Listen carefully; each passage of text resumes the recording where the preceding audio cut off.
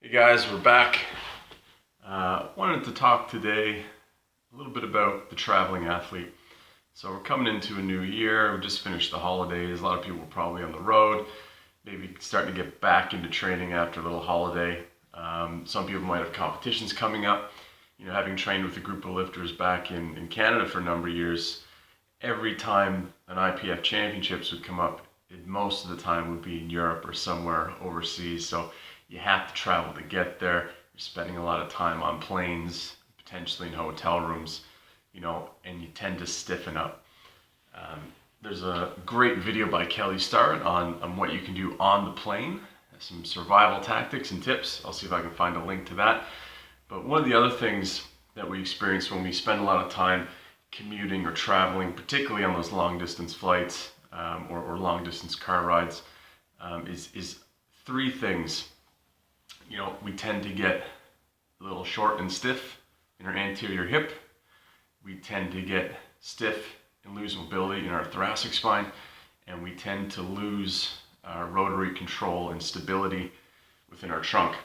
So this concept is something I picked up from Dan John. He has a great book called Can You Go? Really worth the read if you're a coach or athlete. But these are the three things that he kind of found cropped up in his traveling athletes, the ones that had to travel a long distance to compete or coach, things like that. And I can attest to that clinically as well. You know, even from myself and working with other lifters and coaching with people in different IPF championships, these are the three things that we see happen most often. So what can we do to address those? Well, tension at the front of the hip, that seems easy enough, right? You spend a lot of time sitting on the plane in this 90-degree position.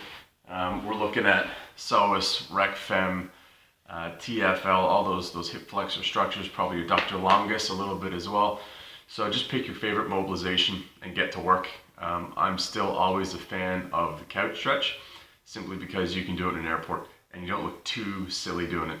I mean, you can certainly get on the floor in the terminal and start doing some hip flexor stretches, but you run the risk of looking a little silly, drawing some attention, particularly if you're getting in there with your arm up and doing your rainbows and things like that. So the couch stretch, always a classic. You can basically pop your knee up on the back of the chair while you're waiting at the gate. Get in here. You can be on your phone, you can be reading a book, so you don't stand out too much. Easy one to do. Save the fancier stuff for when you get back to the hotel room if you like. So that's our anterior hip. Second is the thoracic spine. So there's a concept here that we need to kind of be aware of. So if we're sitting down on an airplane, oftentimes, or most of the time, the seats are shit. So we end up in this slightly rounded forward position. You know, you're trying to sleep, your head's dipping forward, you're round, you can't get comfortable, you're trying to lean to the side of the window, nothing's quite working, all the while you're in this slightly forward position. So first thing we can do is just get a little bit of lumbar support in there, just to address the whole spinal column. Easy as that. Now, the second thing is what happens when we spend too much time flexed forward in that thoracic spine, so that thoracic kyphosis. There's a number of things we know about the thoracic spine.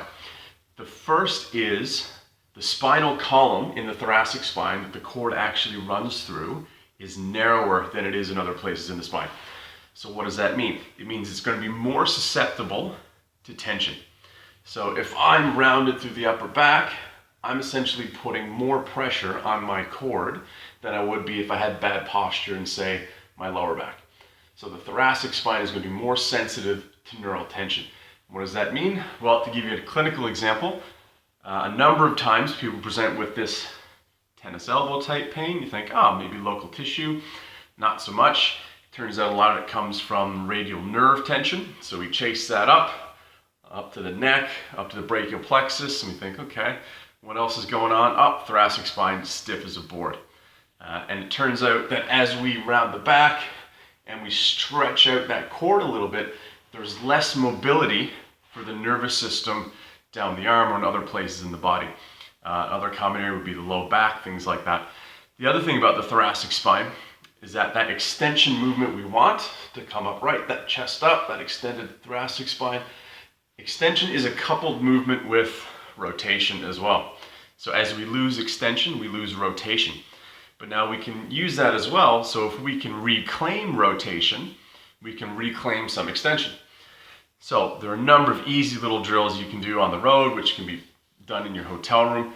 The easiest one is just bring your peanut, pop that in the upper back when you get some time, and just do some upper back mobility work. Easy as that. The other one we use in the clinic a lot because it's a nice gentle exercise for some of our more elderly or less physically capable patients is the crocodile. So basically your knees are up, palm here, we're opening up, looking to get across, straighten the bottom leg, bring the top one down to make it more advanced, and just open up. Do that for a minute, 2 minutes, 20 reps. Just get that thoracic spine moving. The other one I picked up from Dan John and watching some of his videos and reading some of his books is the zenith. So he calls it a 6-point zenith. Hands, knees, feet. In physio, we just call it 4-point position. But basically, we're in this 4-point. You can reach through and up. That's thoracic mobility. If you're feeling a bit stiff, a neat little trick he has his clients do, go arm behind the back, drop down, mobilize there. Do 6 to 10 of those. And this is going to have the added benefit of improving some shoulder mobility. Get that going, and all of a sudden, hey, that's a lot further. Easy as that. Nice little neural hack to increase some thoracic mobility and rotation. So we've got hip flexors and anterior hip covered. Pick your mode. There's 3 ideas right away for keeping your thoracic mobile. The third is this idea of rotary stability. So if you're familiar with the functional movement screen, that's a specific test. We get back in our 4-point. We're looking at reaching opposite arm and leg. That's our bird dog. Those of you who are really advanced, can you do it on one side? I'm not the best at that one. But to get some stability back, if you're an athlete, we should be able to do bird dogs pretty handily. So I'm going to gaze straight down. I'm going to reach, and I like the tap version because it forces you to keep upright.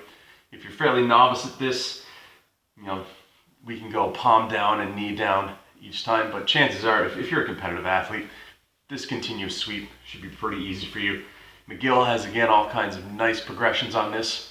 We go forward, we draw squares, we go out, down, in, up, out, down, in, up, all the while focusing on this. And the idea of being on one leg and the opposite arm, that's core stability, that's rotary control. Again, for you advanced people out there, we can go on the one side.